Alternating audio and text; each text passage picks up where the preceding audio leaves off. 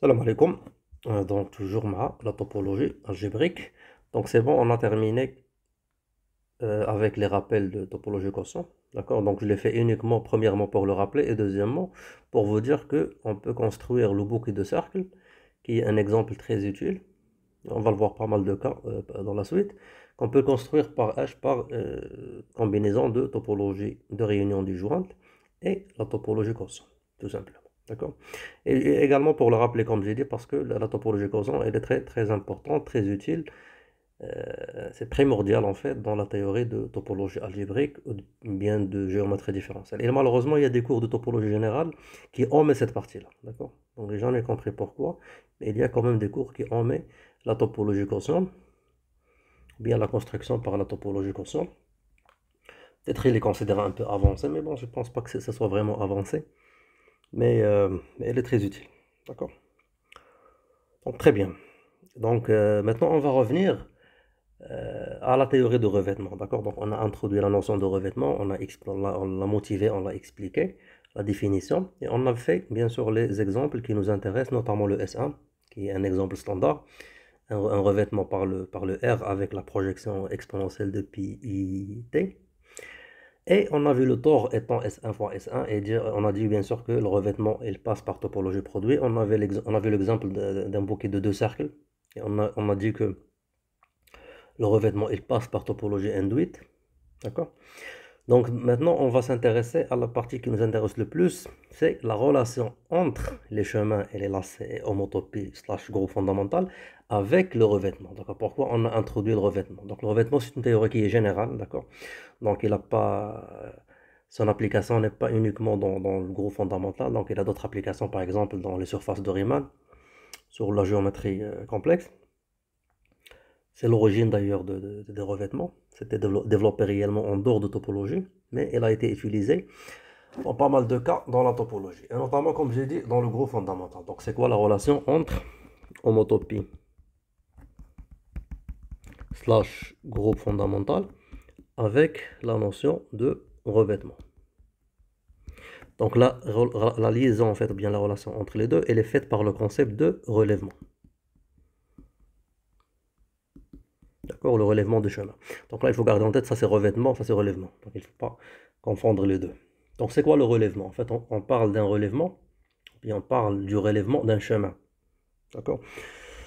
Qu'est-ce que cela veut dire? Donc supposons on a déjà une application P qui va d'un espace E vers l'espace B. Donc il peut être n'importe quelle application, mais bien sûr, généralement, c'est des revêtements qui nous intéressent. D'accord? Donc supposons que déjà P, c'est un revêtement. Pour simplifier. C'est un revêtement de B. Et on a un chemin de B, dans B plutôt. Donc supposons B c'est comme ça. On a un chemin bien sûr qui commence point B0 par exemple. Donc c'est un chemin. Donc d'une façon générale c'est un chemin, mais d'une façon particulière, dans le groupe fondamental, on va considérer des lacets. Donc c'est un chemin quelconque. Et ce qu'on cherche, c'est que dans l'espace E, donc dans l'espace E de revêtement, donc ça c'est le E avec la projection P, c'est un revêtement. Donc on s'intéresse à des chemins, ou bien ce qu'on appelle le relèvement d'un chemin, du chemin F, donc supposons ça c'est le chemin F, d'accord? On s'intéresse au relèvement du chemin F qui est tout simplement un chemin dans E, tout simplement, d'accord? Donc là on dit que si on a F, bien sûr qui va de 0, 1 vers le B, bon, c'est un chemin tel que f de 0 est égal à b. Donc il commence, le point initial c'est le b0. Donc le relèvement de f, c'est quoi? C'est un chemin, on appelle f tilde en général, dans E, tel que il satisfait que l'image de ce chemin de relèvement par le P, il doit être le chemin f tout simplement. C'est-à-dire que le P rend f tilde, tout simplement, c'est le chemin f. D'accord. Donc c'est ça ce que c'est qu'un relèvement. Donc là on dit un relèvement, parce qu'on peut l'imaginer qu'on relève quelque chose réellement, d'accord? Parce que, comme j'ai dit, il faut garder en tête que euh, l'image qu'on doit garder en tête quand on pense, bien quand on imagine des choses dans un revêtement par exemple, donc il faut garder cette image verticale des choses qui descendent, d'accord? Donc c'est comme si on descend de E vers le P. Donc un relèvement, donc ce qui fait, on prend un chemin dans la base et on le relève à l'espace E, tout simplement, d'accord? Donc très bien. Donc maintenant, première question qu'on va se poser, est-ce que on est sûr que chaque chemin, que je prends chaque chemin dans l'espace de base, il va avoir un relèvement dans l'espace total E. D'accord? Est-ce qu'on est sûr qu'il existe? D'accord? Donc, il y a un théorème qui dit que non seulement il existe, mais il est unique en fait. D'accord? Donc, c'est un théorème qu'on appelle le théorème de relèvement, qui est vrai pour les chemins et il est vrai également pour les homotopies. Donc, on va le démontrer pour le cas des chemins et on va le démontrer pour le cas des homotopies. Donc, il y a des cours qui démontrent le cas général d'homotopie et ils considèrent le chemin comme un cas particulier d'homotopie. Donc, ça sera dans ce cas le relèvement dans l'homotopie, dans les chemins, ou bien des chemins, il sera qu'un corollaire. Mais maintenant, dans ce cours-là, ce que je vais faire, c'est que je vais démontrer pour le chemin à part et démontrer pour les homotopies d'une autre façon. D'accord? Donc, ça sera plus intéressant. Comme ça couvre les deux cas séparément. Donc, avant bien sûr d'énoncer et de démontrer le théorème le relèvement, on va faire des exemples, bien sûr, des exemples simples sur le cercle S1 pour comprendre ce que c'est que la notion de relèvement. Donc, ce qu'on va faire, c'est qu'on va considérer le revêtement de le S1, donc le P qui va de R vers le S1, qui prend un T et qui nous donne le cos de pi T, sin de pi T. Donc maintenant, dans ce cas-là, l'espace de base, c'est le B, l'espace total, c'est le R. Donc le E, c'est le R, le B, c'est le S1. Donc là, on va prendre un chemin dans B, c'est-à-dire dans S1, et on va le relever à un chemin dans R. D'accord? Donc très bien. Donc on va dessiner le cercle. Donc, je peux considérer par exemple un chemin F qui va de 0,1 vers le S1, qui prend T et qui nous donne cos pi T, sinus pi T. Donc bien sûr c'est un chemin, donc si je fais le f de 0, il sera le point 1, 0, f de 1, il sera le point moins 1, 0. Donc c'est un chemin entre 1, 0 et moins 1, 0. Là on va dire que c'est un chemin comme ça.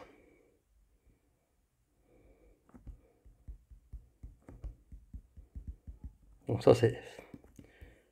Donc je vais le dessiner avec l'intervalle de paramétrisation. Donc là on va dire que supposons le R il est orienté dans ce sens, juste pour ne pas croiser les lignes. Donc ça c'est le 0 par exemple, ça c'est le 1. Donc bien sûr ça c'est f de 0, ça c'est f de 1.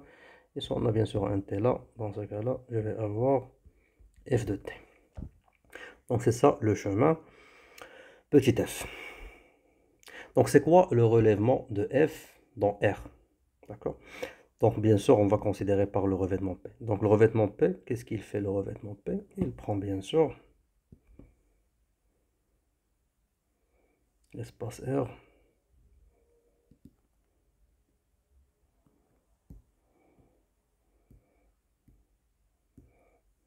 donc là on a, donc juste dans ce cas là, pour simplifier les dessins, j'ai fait le R au-dessous du cercle, et comme j'ai dit, il faut garder en tête que le revêtement, généralement on dessine l'espace total au-dessus de l'espace de base, et pas l'inverse. Donc là on a un revêtement P, le revêtement P plutôt, le revêtement de cos de pi t, sinus de pi t. Donc c'est quoi le chemin f tilde, le relèvement de f? Donc le f tilde bien sûr, il sera un chemin, bien sûr, il va de 0 à 1, mais dans R. D'accord, donc dans l'espace total. Dans ce cas-là, ça va être quoi? Donc le f tilde, on sait très bien que f tilde, il satisfait l'équation que P rang f tilde est égal à f. Autrement dit, ceci implique que le P de f tilde de t est égal à f de t, bien sûr, quel que soit t, de 0 à 1. Donc c'est quoi le P de f tilde? Donc le P, déjà c'est le cos de pi. Donc on va vers le cos de pi f tilde de t, sinus de pi f tilde de t est égal à f de t qui est tout simplement le cos pi t sinus pi t.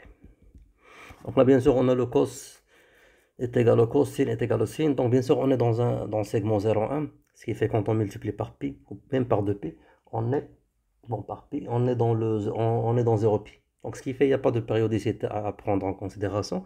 Si on a une telle égalité, ça veut dire que, tout simplement, le 2pi f tilde de t est égal à pi de pi t. Et là, c'est le 2pi f tilde de t est égal à pi t. Donc là, je conclus que le 2pi f tilde de t, donc il n'y a pas de problème d'injectivité. Donc ça, c'est injectif, il n'y a pas de problème. Je peux déduire ça directement. Donc qu'est-ce que c'est plutôt le pi t? Pi fois t. Donc ceci implique bien sûr que le f tilde, c'est quoi? C'est tout simplement le t sur 2.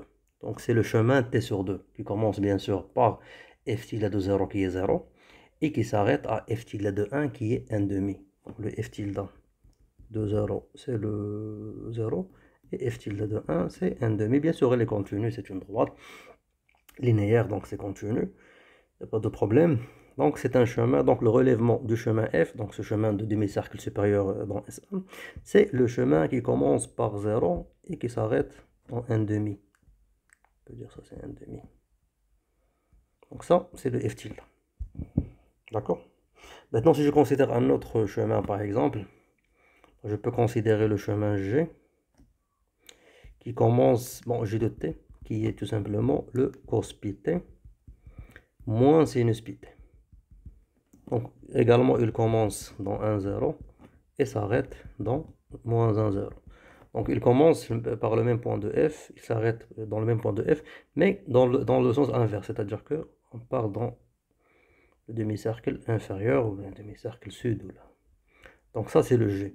Donc ce sera quoi le relèvement de G? Il sera tout simplement le chemin G tilde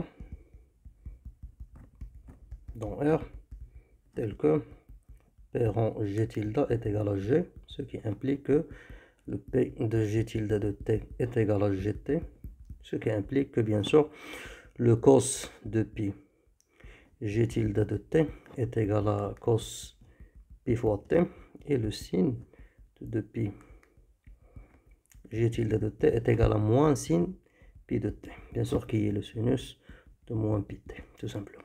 Donc bien sûr cette égalité sur l'intervalle 0,1 ça va être quoi? Ça va être tout simplement, ceci va impliquer que le 2pi G tilde de T il sera le moins pi t. D'accord? Parce que l'égalité du cos, il peut être plus ou moins. D'accord? Parce que le cos il est pair. Mais bien sûr le sinus est impair, ce qui fait qu'on a ils sont bien sûr inversés. Le signe il est inversé. Donc ce qui fait le G tilde c'est quoi? C'est le moins t sur 2. Donc là je conclus que le G tilde de t c'est moins t sur 2. Donc c'est le chemin bien sûr qui va dans l'autre sens. D'accord? Donc il commence par 0 et il s'arrête à moins 1 demi. Donc là je peux dire ça c'est le G tilde. Ok? Donc là on peut voir que le relèvement de F qui est le demi-cercle supérieur, son relèvement dans R, bien sûr ce sera tout simplement le chemin positif qui va de 0 vers 1 demi. Et pour le demi-cercle inférieur, il sera le chemin négatif qui va dans l'autre sens, c'est-à-dire que qui va de 0 vers moins 1 demi. Tout simplement. D'accord? On peut faire un autre exemple. Si je considère le H, donc je vais considérer un autre chemin dans S1 qui va en fait qui va être un lacet dans ce cas-là et qui va tourner. On va dire qu'il va au moins faire un tour du cercle, ou bien deux tours. Donc on va considérer le cos 4 pi t. Donc si je fais le cos 4 pi t, sinus 4 pi t. Bien sûr ce chemin c'est un lacet parce que le h de 0 c'est le 1, 0. Et le h de 1 c'est quoi? C'est le 1, 0. Donc c'est un lacet, il commence et s'arrête en même point. Donc pour pouvoir dessiner là, donc ce sera quoi? Ça sera tout simplement, je peux supprimer ça, faire une autre couleur. Donc il sera un chemin, donc je vais le dessiner à l'intérieur du cercle, juste pour clarifier que ça va tourner deux fois. Donc ça commence dans 1, 0, et vient dans 1, 0, fait un autre tour. D'accord, donc c'est un chemin qui a une période de 4 pi tout simplement. Donc Donc, c'est quoi son relèvement? D'accord? Donc, le relèvement, il sera un H tilde qui va de 0,1 vers le R, tel que le P rang H tilde, c'est le H, ce qui implique bien sûr que P de H tilde de T, c'est le H de T, c'est-à-dire que le cos 4pi, ou bien 2pi H tilde de T est égal au cos de pi fois plutôt 4pi T. Même chose pour le signe.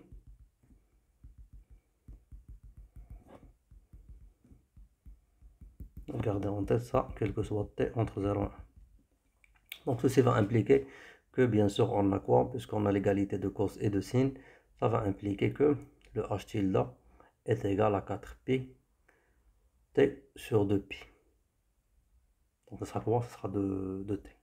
D'accord? Donc là je conclus que le H tilde c'est tout simplement la droite 2 fois T, ou bien le chemin 2 fois T, bien sûr qui commence à 0 et qui s'arrête à 2 fois 1 qui est 2. Donc c'est un chemin bien sûr qui fait qui sera donc c'est logique, il sera bien sûr le f tilde il sera un quart de h.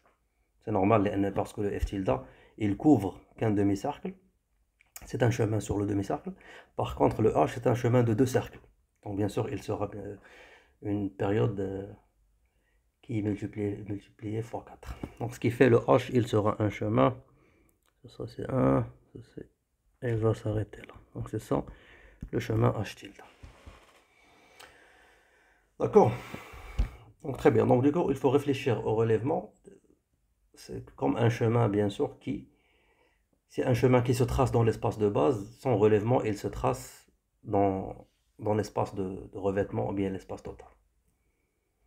Tout simplement.